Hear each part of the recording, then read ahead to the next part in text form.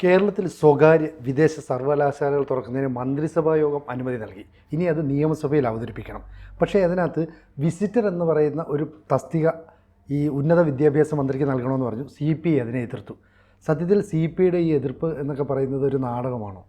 അല്ല, അത് ഈ അപ്പോയിൻമെൻറ്റിനെ ചൊല്ലിയുള്ള വഴക്കാണില്ല, അത്രയേ ഉള്ളൂ.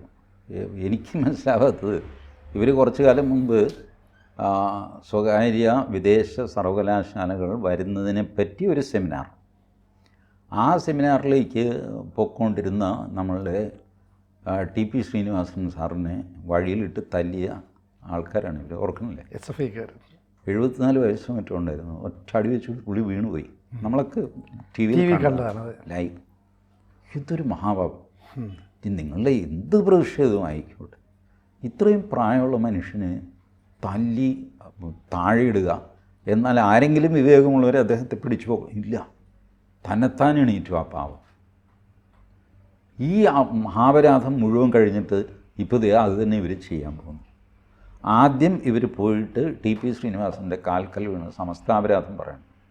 എൻ്റെ പൊന്നു സാറേ, ഞങ്ങൾക്ക് വിവരക്കേടുകൊണ്ട് സംഭവിച്ചു എന്ന് പറയും. പുള്ളി അതിൻ്റെ പേരിലൊരു പെറ്റി കേസ് പോലും പുള്ളി കൊടുത്തിട്ടൊന്നുമില്ല. ഒന്നും ചെയ്തില്ല ആ മനുഷ്യൻ, ആരെയും വെല്ലുവിളിക്കാൻ പോയില്ല, ഒന്നും ചെയ്തില്ല. അദ്ദേഹത്തിൻ്റെ നേച്ചർ അങ്ങനെയാണ്, വളരെ സോഫ്റ്റ് സ്പോക്കനാണ്. പക്ഷേ ഇപ്പോൾ എടുത്ത തീരുമാനം വാസ്തവത്തിൽ ഇവർ 1 വർഷം മുമ്പ് എടുത്തതാണ്. അന്ന് പത്രത്തിൽ വന്നതാണ്. ആളുകൾ അത് മറന്നുപോയി. 1 വർഷമെങ്കിലും ആയിട്ടുണ്ട്. ഐ തിങ്ക് 2 വർഷം 2023 ജാനുവരി റിപ്പബ്ലിക് ഡേ, ആ സമയത്താണ് ഇവരുടെ ഈ തീരുമാനം പത്രത്തിൽ വന്നത്. ഇപ്പോൾ എന്തോ വീണ്ടും പുതിയ തീരുമാനം എന്നുള്ള മട്ടിൽ വരുന്നു. ശരി, വരട്ടെ. ഇങ്ങനെ ഇടയ്ക്കിടയ്ക്ക് തീരുമാനങ്ങൾ റീസൈക്കിൾ ചെയ്തിട്ട് പേരെടുക്കുന്നൊരു സ്വഭാവം രാഷ്ട്രീയക്കാർക്കുണ്ട്. പൊതുജനങ്ങളും ഇത് മറന്നു പോകും, ഇതിനു മുമ്പ് ഇവർ ചെയ്തതാണല്ലോ എന്നൊക്കെ. അന്ന് ഈ ചർച്ചയുണ്ടായിരുന്നു, നിങ്ങളെന്തിനാണ് ശ്രീനിവാസൻ സാറിനെ തല്ലിയതെന്നൊക്കെ. ഞാനിത് ഓർക്കാൻ കാര്യം എന്താണെന്ന് വെച്ചാൽ, അന്ന് ഞാൻ ഈ പത്രവാർത്ത വന്നതിൻ്റെ തൊട്ടടുത്ത ദിവസം തിരുവനന്തപുരത്ത് യാദൃച്ഛികമായിട്ട് TP ശ്രീനിവാസൻ സാറിനെ ഞാൻ കണ്ടു. ആക്സിഡൻ്റലായിട്ട്, പ്ലാൻഡല്ല. ഞാൻ പറഞ്ഞു, സാറ് പറഞ്ഞ കാര്യം ഇപ്പോൾ ഇത് നടപ്പാക്കാൻ പോകുന്നല്ലോ. സാറ് പറഞ്ഞു, എനിക്കൊരു അടി കിട്ടിയാലെന്താ, അത് നടന്ന് കണ്ടാൽ മതി. ബട്ട് ഹാവിങ് സെറ്റ് സോ, എന്തിനാണ് ഈ വിദേശ സർവകലാശാല എന്ന് എനിക്ക് മനസ്സിലാവില്ല. കേരളത്തിൽ എന്താവശ്യത്തിനാണ് ഇനി സർവകലാശാല? യൂണിവേഴ്സിറ്റി മുട്ടിയിട്ട് കേരളത്തിൽ വഴി നടക്കാൻ വയ്യ. പണ്ട് 2 യൂണിവേഴ്സിറ്റി ആയിരുന്നല്ലോ, കേരള യൂണിവേഴ്സിറ്റി, കാലിക്കറ്റ് യൂണിവേഴ്സിറ്റി. ഈ 2 യൂണിവേഴ്സിറ്റി കൊണ്ടുണ്ടായതിനേക്കാൾ കൂടുതൽ മിടുക്കന്മാർ ഇപ്പോൾ ഉണ്ടാകുന്നുണ്ടോ? ഇല്ല. എന്താവശ്യത്തിനാണ് ഈ എല്ലാവർക്കും പഠിച്ച് PhD എടുക്കണം എന്നുള്ളത്? എന്ത് കാര്യത്തിനാണ് എനിക്ക് മനസ്സിലാവുന്നില്ല. ചിലപ്പോൾ കിട്ടിയെന്നൊക്കെ, you raise the bar, lower the bar, കൂടുതൽ ആൾക്കാർ ജയിക്കും. അങ്ങനെയാണല്ലോ നമ്മൾ ചെയ്യുന്നത്. സ്കൂളിൽ 9ാം ക്ലാസ് വരെ ഓൾ പാസ്സാണ്. അപ്പോൾ എന്ത് സംഭവിച്ചു? ഇവൻ 10ലെത്തും. 10ൽ ഇവർ മോഡറേഷനും കൊടുത്തിട്ട് 99.99% ജയിപ്പിച്ചു. 10ൽ ജയിച്ചു കഴിഞ്ഞാൽ പിന്നെ മാനുവൽ ലേബർ പാടില്ല എന്നൊരു അലിഖിത നിയമം കേരളത്തിലുണ്ട്. പിന്നെ തൂമ്പ കൈകൊണ്ട് തൊടാൻ പാടില്ല, റോഡ് പണിക്ക് പോകാൻ പാടില്ല, മൈക്കാട് പണിക്ക് പോകാൻ പാടില്ല. ഇതൊരു നിയമമാണ്. അങ്ങനെ കേരളത്തിൽ ലേബർ ഫോഴ്സ് ഇല്ലാതെയായി. ഇതേ പണി ഗൾഫിൽ പോയി ചെയ്യും. അവിടെ കിട്ടുന്നത് മാസം 15,000 രൂപയായിരിക്കും. ഇവിടെ 30,000 രൂപ കിട്ടും. പെർ ഡേ 1000 രൂപയുണ്ട് ഇവിടെ. ബട്ട് ഇവിടെ ചെയ്യില്ല, ഇവിടെ നാണക്കേടാണ്. അവിടെ പോയിട്ട് ഇത് ചെയ്യും. അല്ലെ അന്യനാട്ടിൽ, അന്യ സംസ്ഥാനങ്ങളിൽ പോയി ചെയ്യും.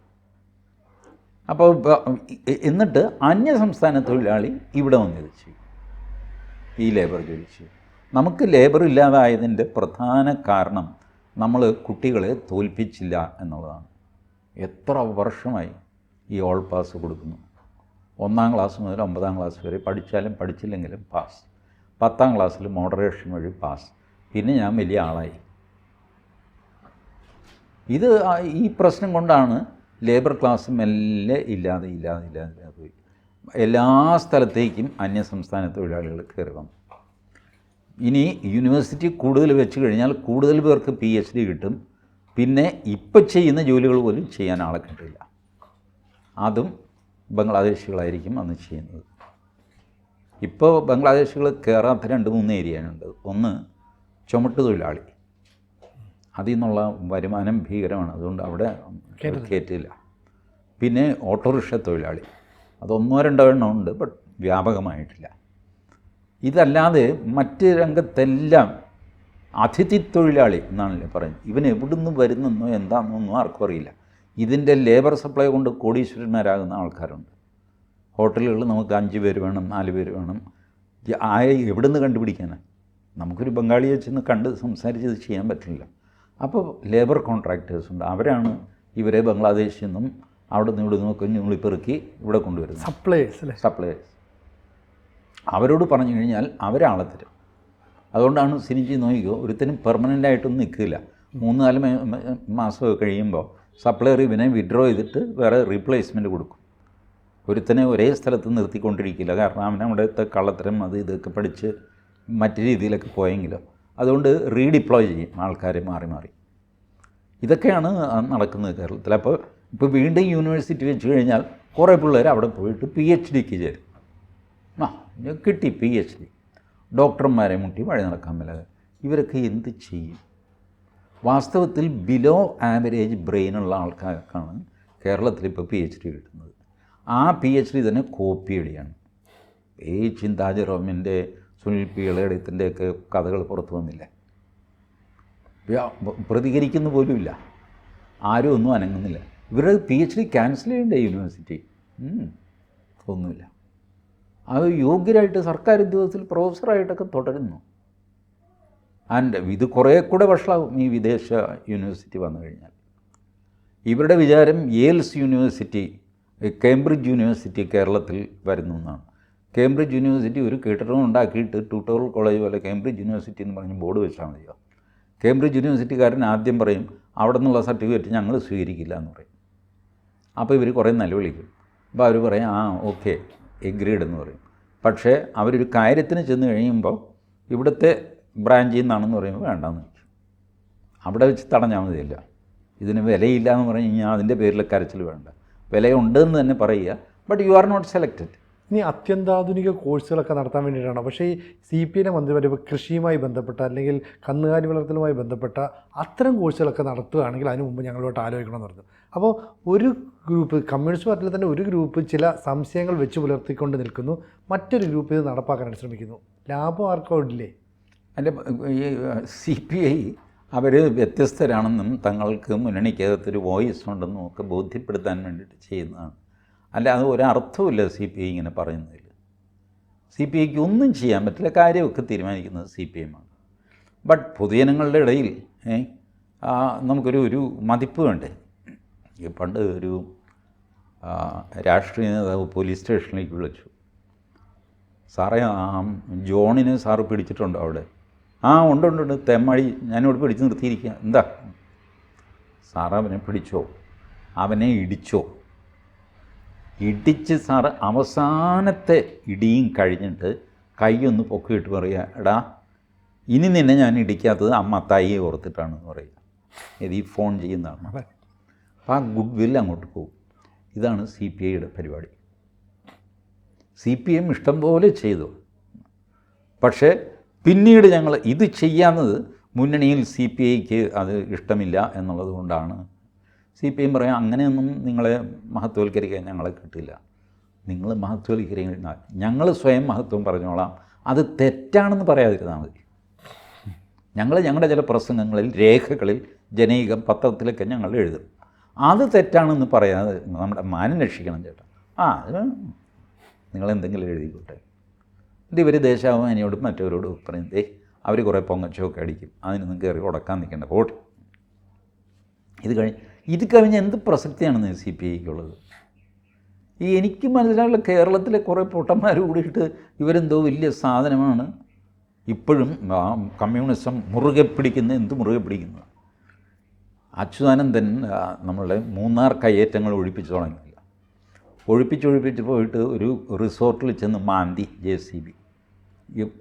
അതിൻ്റെ മുൻവശത്തെ പൂമുഖം അടക്കം പൊളിച്ചെടുത്ത് കഴിഞ്ഞപ്പോൾ CPI വാളെടുത്തു. കാരണം അതിൻ്റെ ഫസ്റ്റ് ഫ്ലോറിൽ CPIയുടെ ഓഫീസാണ്, 3ാം നിലയിൽ താഴെ റിസോർട്ട്, മുകളിൽ ഇവരുടെ ആഫീസാണ്. കയറുന്നവൻ്റെ കൈ വെട്ടു എന്ന് പറഞ്ഞ് കെ ഇ ഇസ്മായിൽ. ഇതാണ് CPI. അതിൻ്റെ ആധാരം എടുത്ത് നോക്കിക്കഴിഞ്ഞപ്പോൾ നമ്മുടെ പരമപരിശുദ്ധ കാതോലിക്ക ബാബ എന്ന് പറയുന്ന പോലെ PK വാസുദേവനാരുടെ പേരിലാണ് സാധനം. CPI is A joke, absolute joke. ഇപ്പോൾ ഇവിടെ ഈ സ്വകാര്യ സർവകലാശാല ബില്ലിന് അംഗീകാരം നൽകി നിയമസഭയിൽ അവതരിപ്പിക്കുന്നുണ്ട്. എന്താണ് ഉദ്ദേശിക്കുന്നത്? അങ്ങനെ കൂടെ പറഞ്ഞ് നമുക്ക് നിർത്തണ്ടേ? കാശുള്ളപ്പോൾ പിൻവാതിൽ നിയമനം, ചിലപ്പോൾ മുൻവാതിലിൽ തന്നെ നിയമിക്കാൻ പറ്റും.